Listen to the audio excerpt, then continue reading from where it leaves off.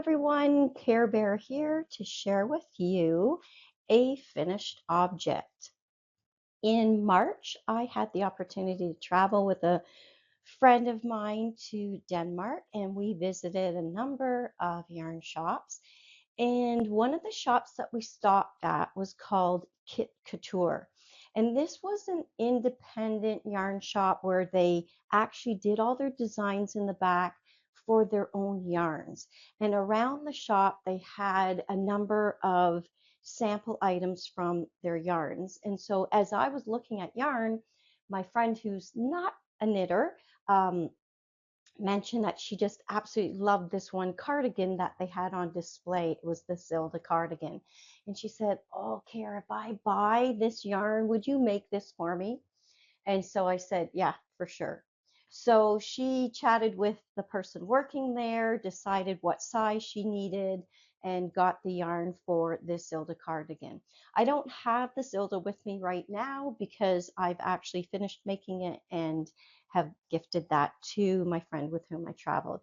But I can tell you a lot about it, and I can also share with you some video and some pictures that I took of it before I sent it off to her.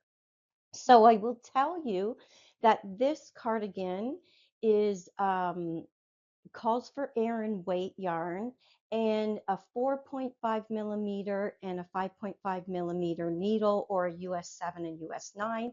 The pattern has 6 different sizes. It is a purchase pattern you can purchase on Ravelry. My friend bought the kit. So in the kit, when we were in the store, she got the yarn for a medium size, which she and the attendant there determined would be best for her. And she got the kit with the pattern, the yarn. They gave a little needle for darning. They gave some care about the yarn. And yeah, it actually, I've never bought a kit before like that. So it was really interesting to see. So when I made this, I used 5 skeins of Kit Couture below yarn.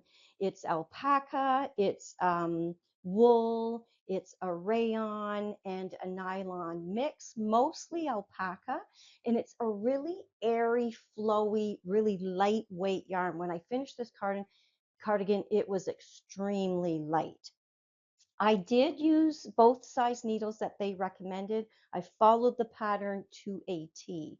So on the collar and on the cuffs and at the bottom of the cardigan, I used a 4.5 millimeter or US 7. And then the body, I used a US 9 or 5.5 millimeter.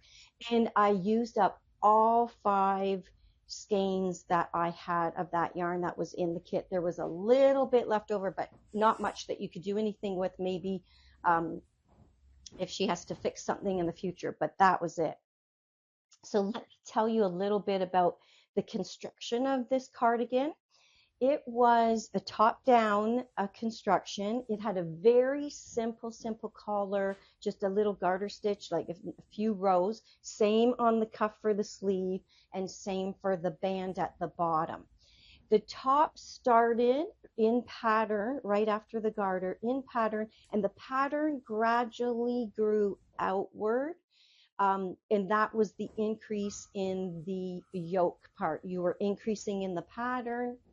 That was a repetition of a number of stitches, and that gave you the increase necessary to get down to the underarm.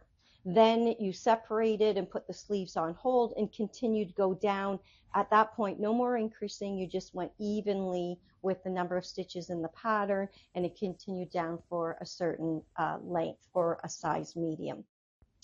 Then I attached the DPNs that I used to do the sleeves, and the sleeves also came in to starting the pattern and then decreasing the pattern to the point of the tiny cuff that was at the bottom. It was a very simple knit. I have yet to hear from my friend, so I don't even know how it fits or what it looks like on her, but I know she'll send me a picture and I'll post that up on Ravelry. But it will be a treasure for her to keep from our trip. So I think that's all that I wanted to share with you. Um, would I do this pattern again? Yeah, I think I will. I don't think I'll be able to get that yarn unless I travel there again or unless I order it. And I don't tend to order too much because of customs and tariffs and duties and so on. Um, I think I already mentioned, oh, there was one other thing that I wanted to tell you. So what was in the kit was the yarn, the pattern, a little sewing or darning needle, which I mentioned earlier, but also the Kit Couture label that you could then sew into your project.